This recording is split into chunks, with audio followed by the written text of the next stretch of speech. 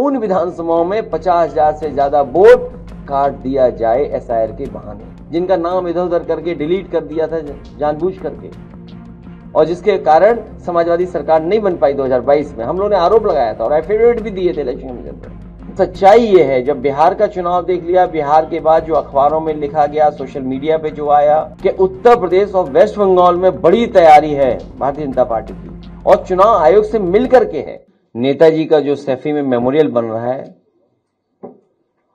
जब पूरा बन जाएगा तो उसका उसी दिन उद्घाटन करेंगे हम लोग। आज फिर मैं बात, आज उनके जन्मदिन पे जब हम सब समाजवादी लोग याद कर रहे हैं कि 22 नवंबर 2026 को नेताजी का मेमोरियल का हम लोग उद्घाटन करेंगे, उसी में कार्यक्रम हमारा बड़ा होगा। आज जब नेताजी को हम लोगों ने याद करते समय लॉ यूनिवर्सिटी जो नेताजी ने कभी बनाई थी, यूपी में इतनी प्रतिष्ठित लॉ को लेकर के यूनिवर्सिटी नहीं थी, जो राम मनोहर लोहिया लॉ यूनिवर्सिटी बनी है वो नेताजी की ही बनाई हुई है। आज उनके बच्चों को मैंने सम्मान किया, जो बच्चे टॉपर्स थे, जिन्हें गोल्ड मेडल मिला था या कोई और मेडल मिला था, उन बच्चों को भी आज के दिन सम्मान दिया, क्योंकि वो लॉ यूनिवर्सिटी नेताजी की बनवाई थी, वो टॉपर थे। उन्हें आईपैड दे करके हम लोगों ने सम्मान देने का काम किया। जब हम आप बात कर रहे हैं, उससे पहले बच्चे मिलकर के उनका सम्मान करके हमने उन्हें जाने दिया। आज जब हम लोग बैठे हैं तो सबसे महत्वपूर्ण जो जानकारी हम लोगों को मिल रही है, जब बातचीत कर रहे हैं कार्यकर्ताओं से, नेताओं से, और जो जानकारी दे रहे हैं, समय समय पे पार्टी कार्यालय को भी सूचित किया जा रहा है। अभी सुबह जब एक हमारे विधायक ने फोन किया, उन्होंने कहा कि जो बीएलओ हैं, जितना उन्हें सहयोग करना चाहिए वो सहयोग नहीं कर रहे हैं। एक जगह वो बैठ जाते हैं, उसके बाद वो उन्हें ढूंढिए आप लोग, तब मिलेंगे, नहीं मिलेंगे। लेकिन सच्चाई ये है, जब बिहार का चुनाव देख लिया, बिहार के बाद जो अखबारों में लिखा गया, सोशल मीडिया पे जो आया या अन्य माध्यमों से जो जानकारी मिली है, वो जानकारी ये मिली है कि उत्तर प्रदेश और वेस्ट बंगाल में बड़ी तैयारी है भारतीय जनता पार्टी की और चुनाव आयोग से मिलकर के है। क्योंकि चुनाव आयोग की तरफ हम देखते हैं तो हमें उम्मीद है, करते हैं कि वो निष्पक्ष होगी, वो संस्था निष्पक्ष होगी, वो हमारी किसी भी शिकायत का निराकरण करेगी। लेकिन सुनने में आ रहा है कि 2024 की हार के बाद सबसे ज्यादा भारतीय जनता पार्टी और चुनाव आयोग फोकस कर रहा है वेस्ट बंगाल पर और उत्तर प्रदेश पर, अन्य स्टेटों पे भी जहां पर बीजेपी की सरकार नहीं है, उदाहरण के लिए तमिलनाडु जहां चुनाव आने वाला है। लेकिन सबसे ज्यादा फोकस, सबसे ज्यादा टारगेट और टारगेटेड जो चीजें हो रही हैं वो उत्तर प्रदेश और वेस्ट बंगाल में हो रही हैं, जहां पर चुनाव आयोग से हमें उम्मीद थी। अगर आपको याद हो पत्रकार साथियों, कोई चीज ऐसी नहीं जो हम लोग कह रहे हो आउट ऑफ वे जाके कह रहे हो।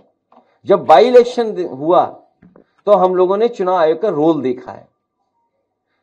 बाई इलेक्शन उत्तर प्रदेश के जब हुए, रामपुर का पार्लियामेंट इलेक्शन हुआ, उस समय हम लोगों ने रोल इलेक्शन कमीशन का देखा है। तमाम शिकायतें की गई, लेकिन उन शिकायतों पर कोई कार्रवाई नहीं हुई। उसके बाद जब एसआईआर की बात आई तो उस समय हम लोगों ने वो सूची दी थी जिसमें 2022 में से पहले जिनका वोट था और 2022 में वोट नहीं डाल पाए थे, ऐसे बड़े पैमाने पर मतदाता जिनका नाम इधर उधर करके डिलीट कर दिया था जानबूझ करके, और जिसके कारण समाजवादी सरकार नहीं बन पाई 2022 में। हम लोगों ने आरोप लगाया था और एफिडेविट भी दिए थे इलेक्शन कमीशन पे।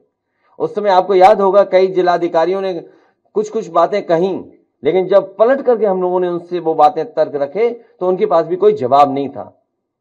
इसलिए जो तैयारी है, सबसे महत्वपूर्ण बात यह है कि भारतीय जनता पार्टी, उनकी सरकार, उनके अधिकारी और चुनाव आयोग मिलकर के ये तैयारी कर रहे हैं कि 2024 में जिन विधानसभाओं में समाजवादी पार्टी जीती है, इंडिया गठबंधन जीता है, उन विधानसभाओं में 50,000 से ज्यादा वोट काट दिया जाए एसआईआर के बहाने।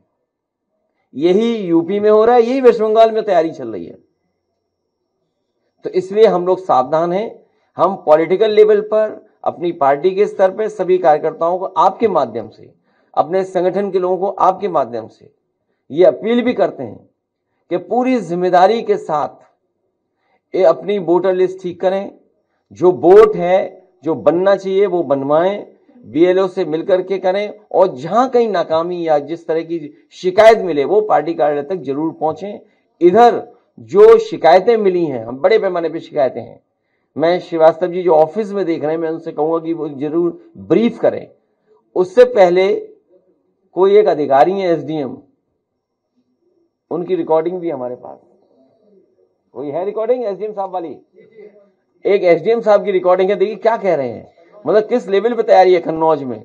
कन्नौज तो वो रहा है ना, हमारी राजधानी, देश की राजधानी रही है कन्नौज। सम्राट हर्षवर्धन महादानी, जिन्होंने कुंभ को आयोजन का शुरू किया था, तो जो सम्राट हर्षवर्धन की प्रतिमा हटा सकते हैं कुंभ स्थल से, वो बोट क्यों नहीं हटाएंगे? वो बोट हटाने में लगे हुए हैं, और कन्नौज भी टारगेट में आ गया है। अगर आप ये वीडियो YouTube पर देख रहे हैं तो हमारे चैनल को सब्सक्राइब कर बेल आइकन दबाएं, और Facebook पर देख रहे हैं तो हमारे पेज को लाइक करें।